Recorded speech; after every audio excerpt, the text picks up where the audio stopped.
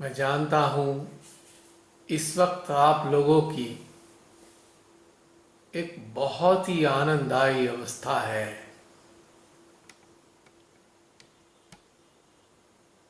तो आप सबसे निवेदन है कि इस अवस्था में जो आनंद लिया है उसको जरा इस अवस्था को जरा आपस में शेयर कर लें एक दूसरे के साथ। थोड़ी हौसला अफजाई हो जाएगी एक दूसरे की।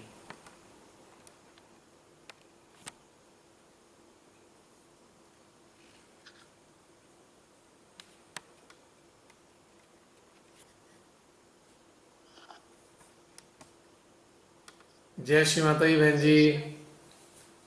जय श्री माता जी भैया। इतना सुंदर भैया आज का सेशन।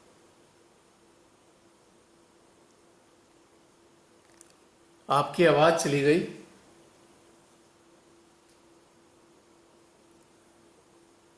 बहन जी आपकी आवाज़ नहीं आ रही। पर सबसे अच्छा लगा कि जब हम साइलेंस में माँ की गोद को महसूस करा हमने, तो उसका सचमुच ऐसे लगा था हमारे आसपास बहुत सारे डेटीज गनर्स,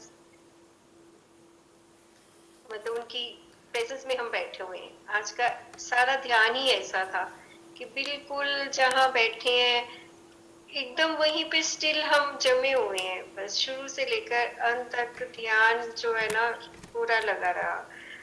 और भैया जब ऐसे था माँ की गोद में हम शून्यता में जब महसूस कर रहे थे, तो अंदर से मेरे ऊर्जा बहुत ज्यादा ऊपर को प्रवाहित होनी शुरू होगी। इससे पहले खिंचाव हुआ और उसके बाद अंदर से ऊर्जा ऊपर की ओर जाना शुरू होगी बहुत देर तक। जबकि पहले ऐसा होता था ऊपर से नीचे को आती थी, आज अंदर से बाहर को बहुत तेजी से जा रही थी। और और भी बहुत ये इस वक्त तो याद भी नहीं आ रहा क्या क्या हमने एक्सपीरियंस किया। बहुत ही खो गए हैं आज तो रियली। थोड़ी देर में याद आएगा तो फिर और शेयर करते हैं भैया। हाँ, श्री माता जी ने आनंद दिलाया सबको अपने तरीके से। बहुत आनंद शुरू से इतना आनंद था, स्टार्ट होते ही आनंद ही आनंद था। अरे मैं तो भूल ही गया। आप सभी को स्वाधीनता दिवस की बहुत सारी शुभकामनाएं। आज के दिन जय आपने माता इतनी दी, अच्छी आपको भी पोस्ट आपको डाली। भी। हमारे इतनी मुल्क अच्छी को पोस्ट। स्वतंत्रता मिली थी आज ही के दिन। पर क्या आपने अनुभव किया अभी जो श्री माता जी ने कराया, तो वो बहुत कितनी उच्च कोटि की स्वतंत्रता थी। उच्चतम अवस्था की स्वतंत्रता, बंधन रहित यही तो अवस्था। वास्तविक स्वतंत्रता है जो भैया ये इन 6 सालों में हमें मिली है। बहुत सारी चीजों से स्वतंत्रता मिली है और इसी को हम इंजॉय कर रहे हैं।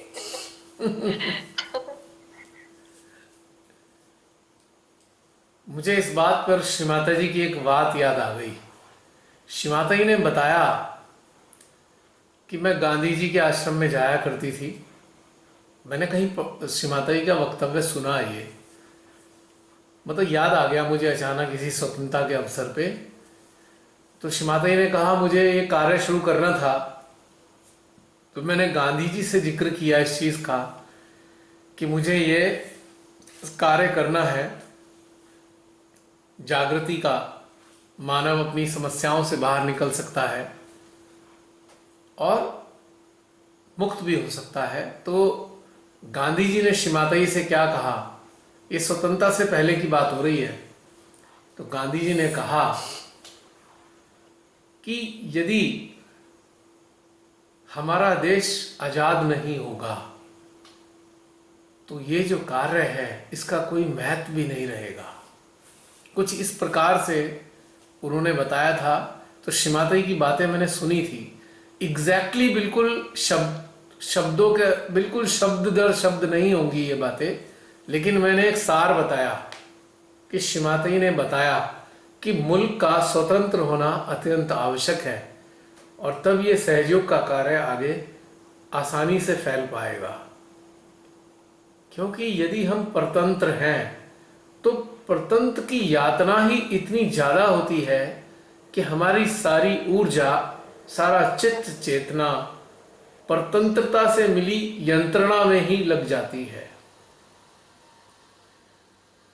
तो इसी प्रकार से यदि हमारा अंतःकरण परतंत्र है, अपने स्वभाव के कारण, अपने बंधनों के कारण, अपनी कंडीशनिंग के कारण, अपने पूर्व संस्कारों के कारण, अपनी इच्छाओं के कारण, अपनी आकांक्षाओं के कारण, अपनी महत्वाकांक्षाओं के कारण, तो निश्चित रूप से हम ध्यान में प्रगति बिल्कुल भी नहीं कर सकते।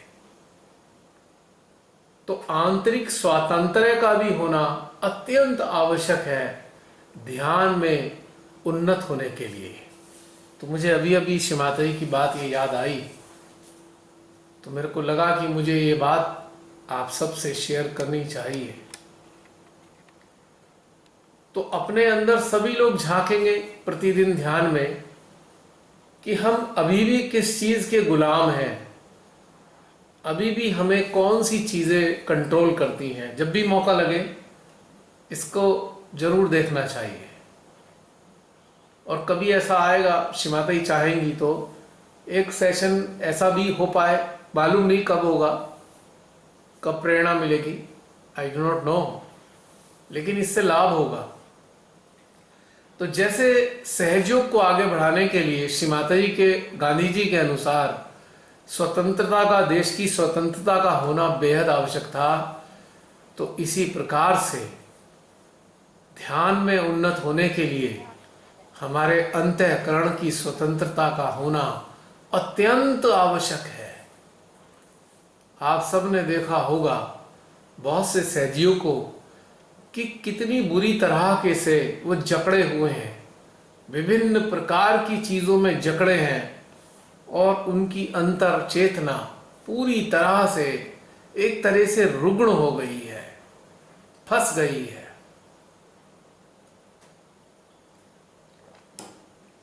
वो स्वतंत्र होने के बजाय और ज्यादा जकड़ के, मतलब और कंडीशनड हो गई है। जैसे हर चीज में उनको फ्रीडम जैसा कुछ ना वो बोल पाते हैं, ना महसूस कर पाते हैं, ना दूसरों को कुछ अपनी कुछ भी फीलिंग्स हैं वो शेयर उसी हिसाब से एक्सप्रेस भी नहीं कर पाते। एग्जैक्टली जब हम फ्री होके बोलते हैं, फ्री होके मतलब ध्यान में उतरते हैं, तो सब एक अंदर से ही फ्रीनेस फील होती है। तो आप एकदम इजीली अपना अनुभव जल्दी से आप शेयर करते हो, बिना ये सोचे कि सामने वाले को क्या लगेगा, कि अरे मेरा क्या लेवल है, मुझे क्या महसूस हुआ है। और फिर उस तरह की वो चेतनाएं क्या होता है कि पूरा प्लान करके वो चीज बताते हैं, तो तभी हमें उसमें आनंद ही नहीं आ पाता, वो भी फेक जैसा लगता है। बिल्कुल, निश्चित रूप से। तो इसके लिए आंतरिक रूप से स्वतंत्र होना अत्यंत आवश्यक है। झांक के देखना चाहिए कि कौन सी इच्छाएं हमें कंट्रोल कर रही हैं हमारी चेतना को। क्या ये हम पर हावी हो रही हैं, या कौन सी ऐसी आवश्यकता है जो इतनी हावी हो रही है कि हमारी चेतना पीड़ित हो रही है, या कौन से ऐसे उद्देश्य हैं जिनके पीछे हम अंधाधुंध भाग रहे हैं, जिनको पूरा करने की हमें जल्दी है। क्या ये हमारी चेतना को तंग तो नहीं कर रहे?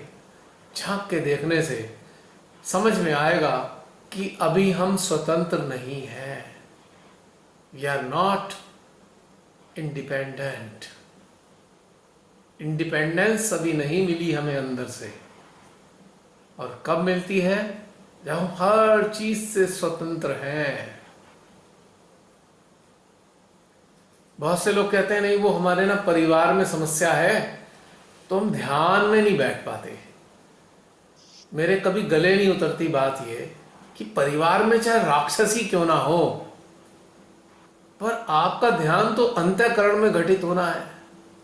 आपको उसे बाहर से घटित कराने की आवश्यकता ही क्या है। भक्त एक्चुअली प्रहलाद, में ना वो ध्यान ध्यान में जो उतरना बोलते हैं ना कि हम नहीं बैठ पाते, वो वो तब तक होता है जब तक हमें ये पता ही नहीं होता कि हमें ध्यान में कैसे उतरना है। कि केवल हम ध्यान में मन जाए वहां हाथ धुलना है, तो तभी हाँ अन्य उतरेंगे। पर्टिकुलर वो चीज मतलब में भी लगता था जैसे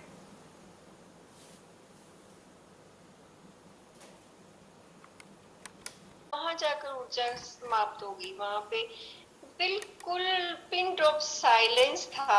हो कुछ गया। भी राइट राइट। जैसे किसी स्टैचू कर दो ना, हम बचपन में करते ना, स्टैचू हो जा बचपन में दो, फ्रीज हो जाते थे, हाँ वो गेम एक होता वही था। चीज, तो वो फीलिंग थी बहुत लंबे टाइम तक। बड़ा अच्छा था वो। जी चालू हो गया बहन जी, देखिए आप जारी रखिए अपनी बातचीत। Keep on talking.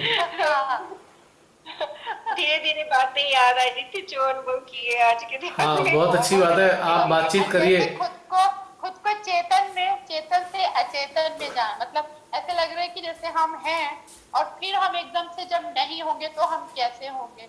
तो वो फीलिंग मतलब अपने आप को खुद को ही वो चेतन अवस्था को अचेतन में महसूस करना, वो मतलब ऐसा था कि जैसे वो कहीं से आई है कि वो हमारे अंदर ही थी और वो हमें पता नहीं थी कि वो हमारे अंदर है।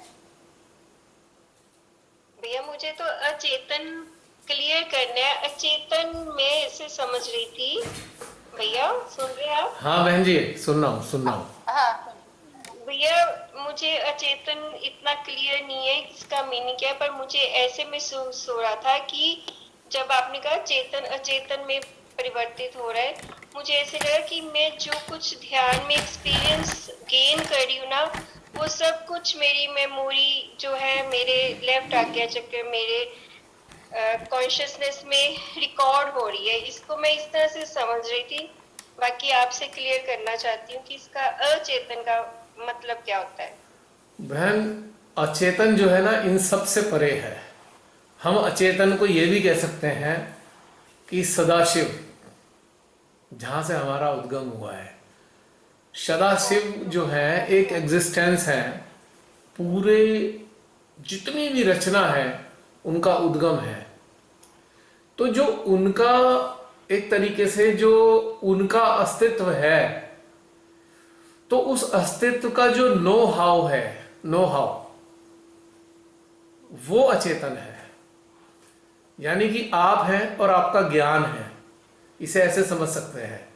आपका अस्तित्व और आपका ज्ञान, तो जो आपका ज्ञान है वो मैं इसको अचेतन से कोरिलेट कर सकता हूं कि जो भी रचना है, उद्गम की रचना है, अस्तित्व, जो भी रचना का अस्तित्व है, उसका सारा ज्ञान अचेतन के पास मौजूद है।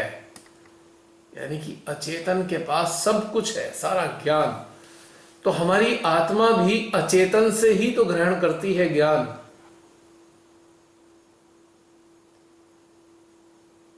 मेरे को समझ नहीं आ रहा कि आप लोग आसानी से इसे कुछ समझ पा रहे हैं या नहीं, लेकिन सरल भाषा में बताने का प्रयास नहीं कर रहा हूं। समझ। सरल भाषा में समझ मतलब बताने का प्रयास कर रहा हूं कि अचेतन जो है, ये समझ लीजिए कि अचेतन सदाशिव के ज्ञान का भंडार है, ऐसे समझ लीजिए। तो जो भी हमें ज्ञान प्राप्त होता है ध्यानस्थ अवस्था में, वो अचेतन से ही आता है। यानी कि अचेतन संपूर्ण रचना के ज्ञान का स्रोत है, अचेतन। और अचेतन जो है वो श्री सदाशिव का जो अस्तित्व है, ये उसका ज्ञान है, ऐसे समझ लीजिए सरल भाषा में।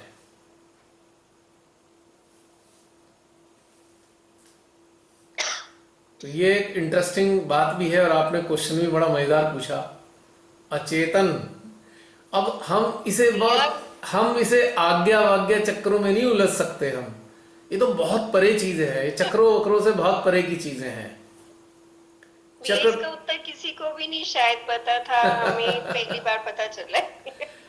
नहीं, शिवाता जी ने अचेतन के अच्छा। बारे में हिंट दिया है, बताया है अचेतन के बारे में, इतना सरल भाषा में बताया कि अचेतन से जो हमें प्राप्त होता है, अनकॉन्शियस, अब कॉन्शियस, सुपर कॉन्शियस, सुप्रा कॉन्शियस और सब कॉन्शियस, तो ये 5 स्टेजेस उन्होंने कॉन्शियसनेस की बताई हैं। तो जब हम पूर्ण सुषुप्ति अवस्था में आते हैं, सुषुप्ति अवस्था का जिक्र किया है श्री माता जी ने। सुषुप्ति अवस्था समझ लीजिए एक प्रकार से इंटीग्रेशन है, डिवाइन के साथ इंटीग्रेशन। श्री माता जी का एक लेक्चर भी है, उसमें बोला उन्होंने, गॉड कम्युनिकेट्स इन सुषुप्ति अवस्था। तो इसको ऐसे समझ सकते हैं कि जो माँ का ये स्टेटमेंट है, इसको हम ऐसे भी मान सकते हैं कि in deepest meditative state we enjoy existence lessness in the aura of unconscious, in the aura of unconscious, कि हमारा संपूर्ण अस्तित्व अचेतन में समाया होता है और हम नगण्य होते हैं, तब हम वहां कुछ नहीं होते। उस अवस्था में अचेतन से हमें ज्ञान प्राप्त होता है। अब ये सारी बातें मैं कहां से बता रहा हूं, समझ लीजिए, अचेतन से ही आ रही हैं। श्री माता जी ने तो हिंट दिया, पर उसको फील कैसे करोगे? जब तक आप फील नहीं करोगे तो ये सब प्राप्त नहीं होगा। भाई हमने सुना, मां की बातें सुनी, हमने बता दी, पर हमने उसे रियलाइज नहीं किया ना। तो अभी तो हम सब लोग उसे रियलाइज करके आ रहे हैं ना। या ये कह लीजिए कि मेरे यंत्र से जो भी निकलता है शब्दों के रूप में, ऐसी अवस्थाओं में विशेष तौर से, तो उसका उद्गम तो अचेतन ही है, अचेतन से ही तो आता है। क्योंकि ऐसी गहनता वाली चीजें ना तो मैंने पढ़ी हैं, पढ़ी तो है नहीं मैंने, लेकिन ये सारी चीजें ध्यान में ही अंदर से प्राप्त होती हैं। तभी इसको मैंने बोला रिविलेशन।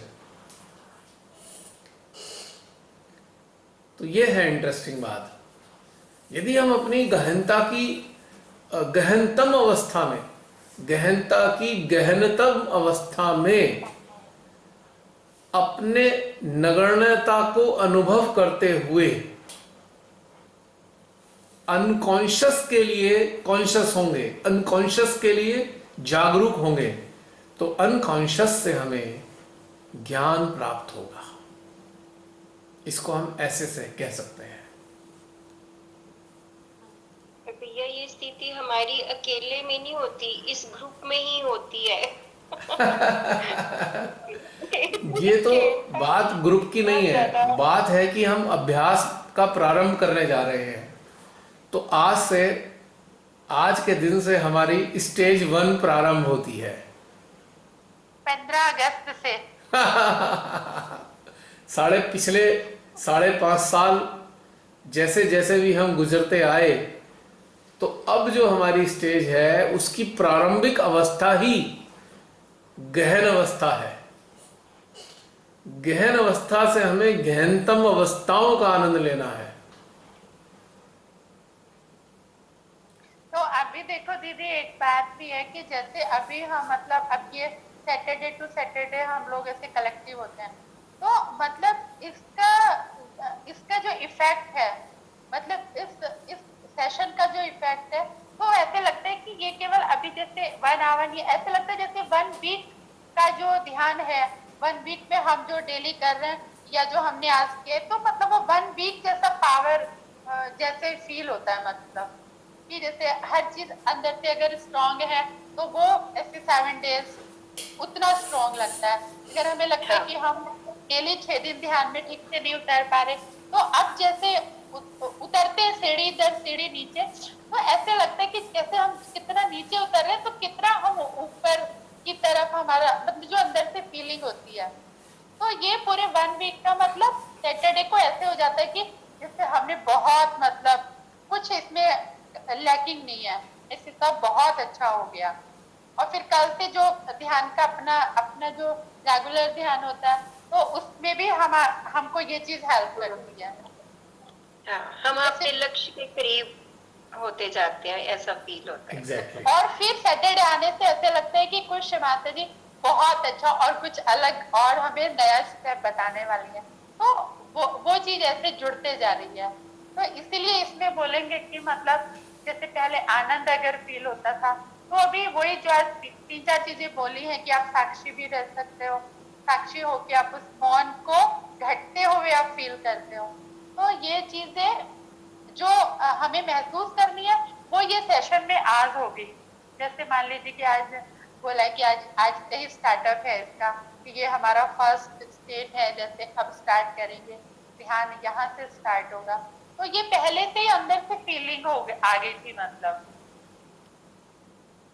और भैया वो आज बहुत अच्छी चीज आपने बताई ना कि हमारी संवेदनशील इंद्रियां और हमारी इमोशंस जो हैं वही हमें डिस्टर्ब करती थी, पर अब हमें लगता है कि जब मन परमात्मा में रमने लग गया है तो ये सचमुच कोई भी घटनाक्रम हमारे हृदय में नहीं आता, बाहर से ही वो वापस हो जाता है। मतलब अंदर की स्थिति वैसी की वैसी सुंदर बनी रहती है। और ये आज आपने बहुत अच्छे तरीके से वो बता रहे थे सारा कुछ ना। तो देखिए बहन, मेरा कुछ भी बताना मेरा कुछ भी नहीं होता। अनुभव होता रहता है, आगे बयां होता रहता है। तो मैं बताने वाला तो कोई होता ही नहीं। जैसे कहते हैं ना, जैसा जैसा भोजन ग्रहण किया जा रहा है वैसा वैसा उसका स्वाद बताया जा रहा है, बस इतना ही तो खेल है। न भोजन मेरा, न बनाने वाला मैं, हाँ खाने वाला मैं जरूर हूँ। तो जब मैंने खाया भोजन और कैसा लगा, बस ये बताना शेष है।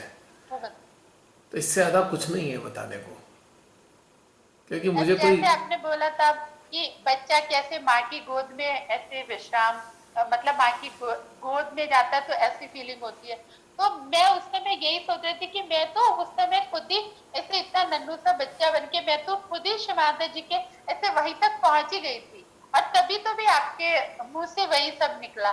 तो इतना ज्यादा एक जैसा सिमिलरिटी भी होना कि हम उस समय ध्यान में जो हमें महसूस हो रहा है और वो सामने से आ रहा है, तो ये कितनी सुंदर अवस्था है। हाँ ऑफ कोर्स, उससे एक कम से कम उत्साह तो बढ़ता ही है एटलीस्ट, कि हाँ कि जो क्योंकि हमें। हम जो महसूस कर रहे हैं अभी आप इतनी दूर बैठे हैं, हम इतनी दूर बैठे हैं, पर अगर हम इधर बैठे हैं आप उधर बैठे हो, पर फिर भी अगर ऐसे लगता है कि अरे जो हमें महसूस हो रहा है जहां हम पहुंचे हैं तो वही चीज आप बोल रहे हो, तो उस वो ऐसे अंदर एक एनर्जी जो होती है मतलब वो एक अलग ही मतलब फील आता है उसमें कि यस। हाँ चलो हमें भी कुछ मिल रहा है और हम हमारा ट्रैक भी सही चल रहा है। मतलब हम भी सच में हम वैसा महसूस कर रहे हैं जैसा बाकी सब लोग कर रहे हैं। अब इसी को ही तो माने, एक्चुअल में सामूहिकता इसे कहते हैं। जिस सामूहिकता का परिदृश्य श्री माता जी ने हमें बताना चाहा है, वो ये सामूहिकता है कि शरीर कहीं भी हो पर चेतना एकाकार हो। जैसे कि हम एसी में बैठ, एक हम बाहर से, हम 10 जने, 10 लोग बाहर से चलकर किसी एसी कमरे में आते हैं, तो बाहर से जब आ रहे होंगे तो उस वक्त सबका जो तापमान है थोड़ा थोड़ा 1-2 डिग्री अलग अलग होगा, लेकिन एसी कमरे में बैठने के बाद कुछ मिनट बाद सबको लगभग एक सा ही तापमान अनुभव होगा। So this is actual collective, कि शरीर कहीं भी बैठे हों पर चेतनाएं आपस में एकाकार हो, हृदय एकाकार हो, कुंडलियां एकाकार हो और ध्यान की अवस्थाएं भी एकाकार हो। This is real collective. तो ये परिदृश्य है कलेक्टिव का। यदि हम समझें तो भीड़ कलेक्टिव नहीं है। प्रारंभिक अवस्था में जो भीड़ है वो कलेक्टिव इसलिए करना आवश्यक है ताकि साथ बैठकर अभ्यास में जुट जाएं। यदि वो स्टेजेस पार कर ली हैं तो शरीर का इकट्ठा होना महत्व नहीं रखता। कोरोना को लाकर श्री माता जी ने यही अभ्यास कराना चाहा है कि तुम कलेक्टिव कलेक्टिव करके भीड़ के पीछे भागते हो और भीड़ में शामिल होकर भीड़ में ही गुम हो जाते हो, ध्यान से पीछे हट जाते हो। ध्यान कहाँ चला जाता है? बस बाहरी रूप से कलेक्टिव का मजा ले रहे होते हो, लेकिन कलेक्टिव हो नहीं पाते हो। अगर कलेक्टिव हो पाते तो ध्यान के सेंटर में ध्यान के दौर के समाप्त होने के बाद बुराइयां ना करते होते, खाने पीने की चर्चाएं ना कर रहे होते, श्रृंगार की बातें ना बता रहे होते।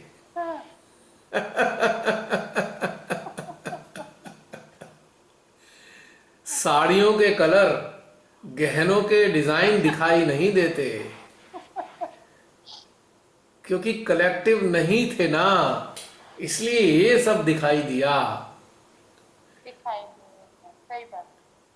तो ये एक इंटरेस्टिंग फैक्ट है कि कलेक्टिव एक्चुअल में यही है और इसी को हमें उन्नत करना है, अपने भीतर भी और जुड़कर भी। तो ये इंटरेस्टिंग और बड़ा आनंददायी पहलू है। और देखिए कि परमात्मा तकनीक के माध्यम से, साइंस के माध्यम से सबको जोड़ने की व्यवस्था भी कर रहे हैं साथ साथ। ये भी देखिए इंटरेस्टिंगली, जो कम्युनिकेशन में तरक्की हो रही है उसका एक ही कारण है कि पूरे विश्व के सद्मार्गी, सत्य की राह पर चलने वाले सामूहिक हो जाएं इन तकनीकों के माध्यम से। जैसे आज हम जूम सेशंस पे हैं और आम लोग इसे सोचते हैं कि तरक्की होने से उपभोक्तावाद का और ज्यादा आनंद आएगा, लेकिन जागरूक लोग क्या सोचते हैं कि तकनीक सामूहिकता के स्तर को और उच्च कर रही है। दो प्रकार की विचारधाराएं या समझ देखने को मिलती हैं कि जागरूक लोग तकनीक का इस्तेमाल कर रहे हैं एकाकार होने के लिए और संसारी लोग तकनीक का इस्तेमाल कर रहे हैं सुविधाओं के लिए, भौतिकवाद को और ज्यादा बढ़ावा देने के लिए, उसमें डूबने के लिए। So this is a fact.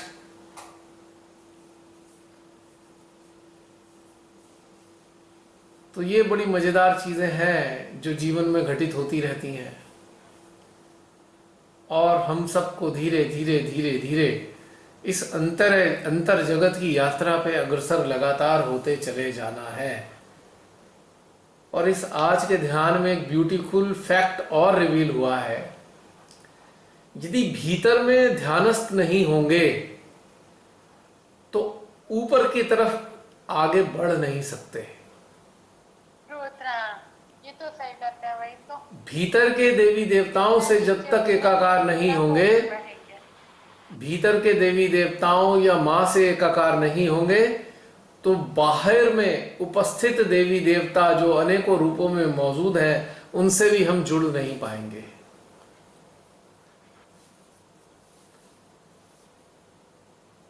तो ये है एक घटनाक्रम जो हम पहले दिन से जब श्री मां के श्री चरणों में आए थे तब से घटनाक्रम प्रारंभ हुआ और शिमा ने हमें स्टेप बाय स्टेप धीरे धीरे सिखाना चाहा कि पहले ऊर्जा धाराओं को पकड़ना सीखो, ऊर्जा धाराओं को हाथों के जरिए वाइब्रेशन के रूप में ग्रहण करना सीखो। उसके बाद इन ऊर्जा को, इस चैतन्य को, इस वाइब्रेशंस को अपने चक्रों पे अनुभव करना सीखो। फिर बाकी के चक्रों को छोड़कर सहस्त्रार हार्ट में एकीकृत होना सीखो और इनमें प्रवीणता प्राप्त होने के बाद इनको भी छोड़कर शून्यता में उतरना सीखो। तो ये स्टेप बाय स्टेप श्रीमाताजी ने सिखाया है और इसी कारण से हमारी अंदर धीरे धीरे आनंद बढ़ता ही जा रहा है। आप सब महसूस करते होंगे कि ये आनंद बढ़ रहा है पहले के मुकाबले।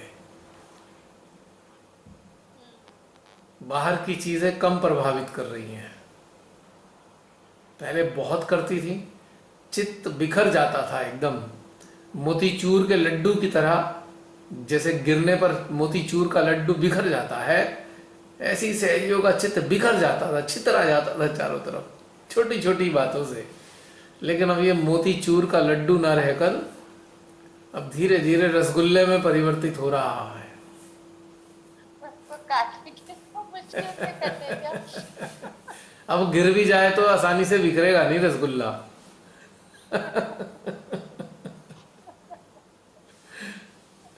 थोड़ा बहुत टूट फूट जाएगा, फैल जाएगा, लेकिन बिखरेगा नहीं। बंगाली रसगुल्ला तो बिल्कुल भी नहीं बिकतेगा। हाँ, वही तो मैं कह रहा हूँ, धीरे धीरे परिवर्तन आ रहा है ना। तो आजकल अब जो है चित्त जो है रसगुल्ले के रूप में बन गया है कि रस का भी स्वाद ले रहा है और बिखर भी नहीं रहा है।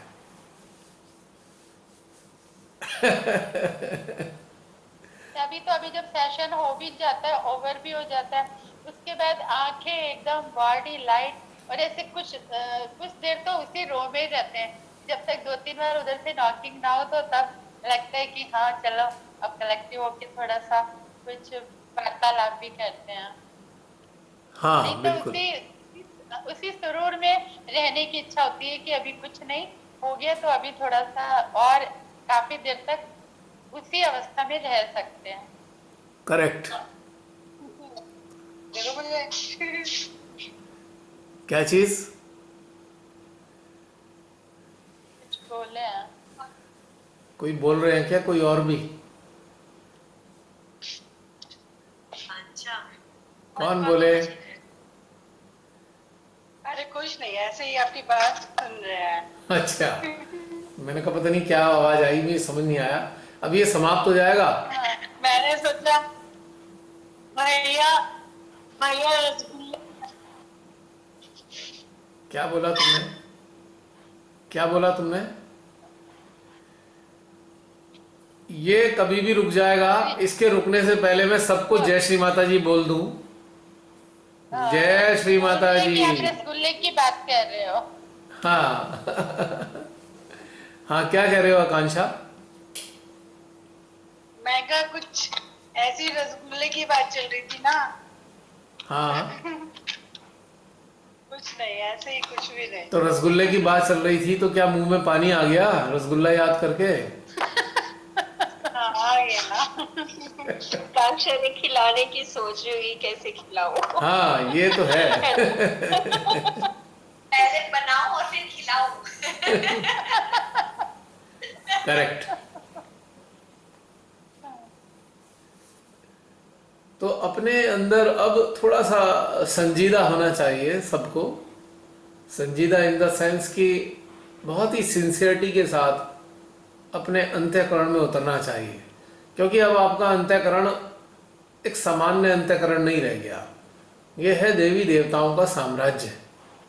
तो अपने अंतःकरण के प्रति भी रिस्पेक्ट होनी चाहिए। रिस्पेक्ट कि हम मंदिर में प्रवेश कर रहे हैं, ये मंदिर जीवंत मंदिर है। ईंट गारे का मंदिर बना होता है ना, वो एक तरीके से बाह्य रूप का होता है, लेकिन हमारे भीतर तो जीवंत मंदिर है। तो एक रिस्पेक्ट के साथ में ध्यानस्थ हों और उतने ही रिस्पेक्ट के साथ में अंदर उतरें कि हम माँ से मिलने जा रहे हैं। जैसे कि हमें पता लगता है कि